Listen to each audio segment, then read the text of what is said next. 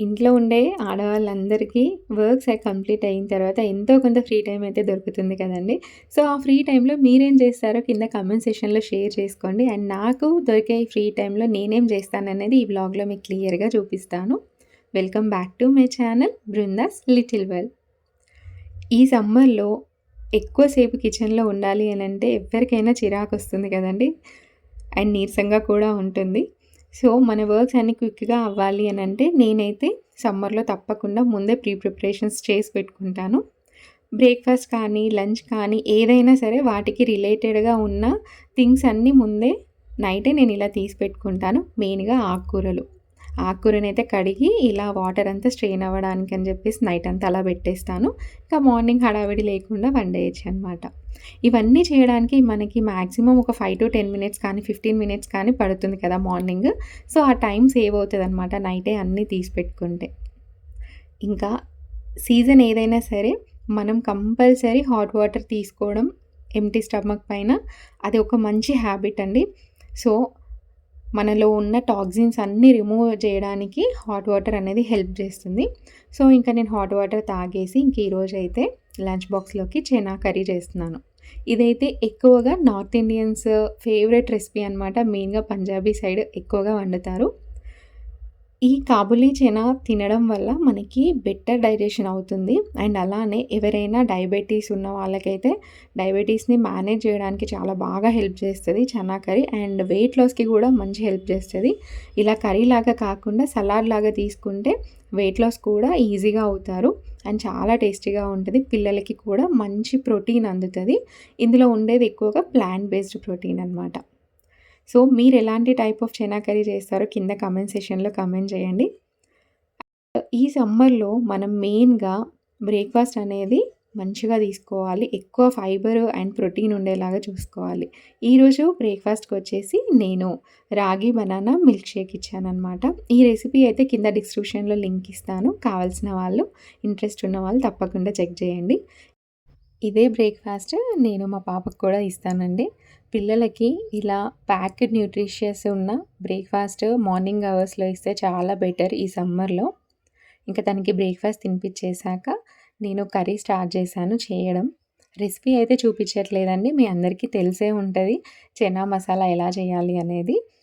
ఈ సమ్మర్‌లో lunch boxes prepare చేయాలి అనంటే చాలా ఆలోచిస్తాము. ఏ కర్రీ చేయాలి? ఏంటి అని. పప్పు లాంటివి చేస్తే పంపిస్తే మాత్రం త్వరగా పాడవుతూ ఉంటాయి గదా! ఈ సమ్మర్‌లో. సో, మళ్ళీ తినాలని కూడా అనిపించదు. పాపం బాక్స్‌లో ప్యాక్ చేసుకొనెళ్తారు గదా!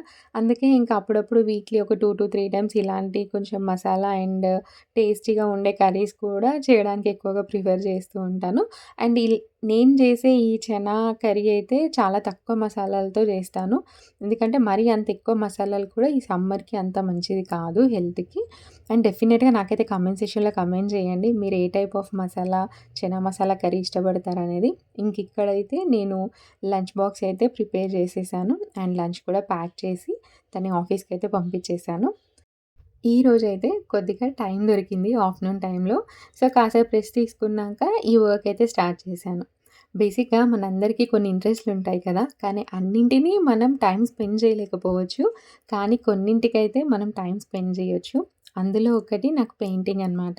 పెయింటింగ్ గానీ, ఆర్గనైజింగ్ గానీ, ఇంకా ఇల్లు నీట్‌గా ఉంచుకోవడం అంటే నాకు చాలా ఇష్టం. నా వ్లాగ్స్ చూస్తూ ఉంటే మీకు అర్థమైపోయి ఉంటది. ఆర్గనైజింగ్ గానీ నాకు అండ్ ఇల్లుని ఎప్పటికప్పుడు నీట్‌గా ఉంచుకోవడం అంటే చాలా ఇష్టమని. సో, పెయింటింగ్ కూడా ఒక ఇంట్రెస్ట్ అనమాట.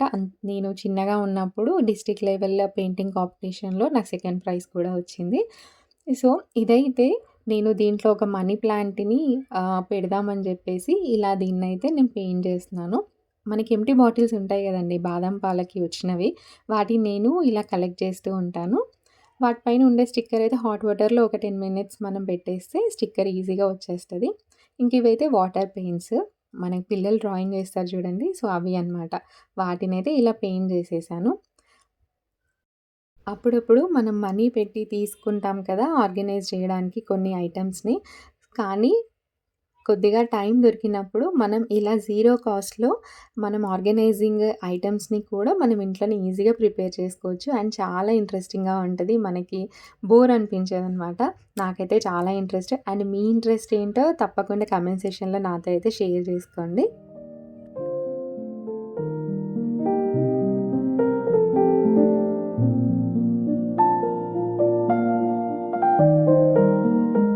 2 సైడ్స్ అయితే ఇలా పెయింట్ అయితే చేసేసాను. చేసిన తర్వాత మళ్ళీ ఆ రెడ్ బోర్డర్ పైన మళ్ళీ ఒక చిన్న డిజైన్ అయితే వైట్ పెయింట్‌తో వేశాను. నాకు బేసిక్‌గా కోలం డిజైన్స్ అంటే చాలా ఇష్టం. మా ఊర్లో ఉన్న ఇంటికి కూడా నేను కోలం డిజైన్సే వేయించాను ముగ్గులు ఆల్మోస్ట్. సో, ప్రతి దాన్ని నేను ఇలా కొంచెం డెకరేట్ చేసుకోవడం నాకు చాలా ఇష్టం. So, white and red combination అయితే ఆల్మోస్ట్ ఫేవరెట్ అనుకోండి. ఇంకా ఇది పెయింట్ అయ్యాక ఒక 1 అవర్ అలా పెట్టేసి తర్వాత వాటర్ ఏసేసి అందులో అయితే చిన్న మనీ ప్లాంట్ పెట్టాను. చూసారా? ఒక ఎంప్టీ బాటిల్‌ని మనం ఇంత చక్కగా ఆర్గనైజ్ చేసుకోవచ్చు ఇంట్లో ఉండే వాటితోనే.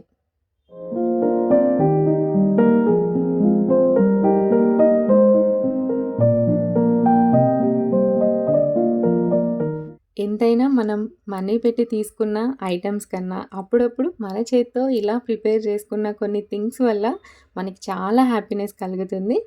ఈ పెయింటింగ్ మీకెలా అనిపించిందో తప్పకుండా కమెంట్ చేయండి. అండ్ ఈ వ్లాగ్ అయితే ఇక్కడికి ఎండ్ చేస్తున్నాను.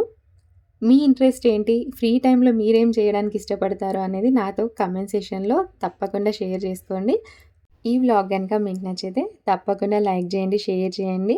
సబ్స్క్రైబ్ చేసుకోవడం మాత్రం అస్సలు మర్చిపోవద్దు. అండ్ మోస్ట్ ఇంపార్టెంట్‌లీ కమెంట్ గూడా చేయండి. మీరు కమెంట్ చేస్తే నాకు చాలా ఎంకరేజింగ్‌గా ఉంటది.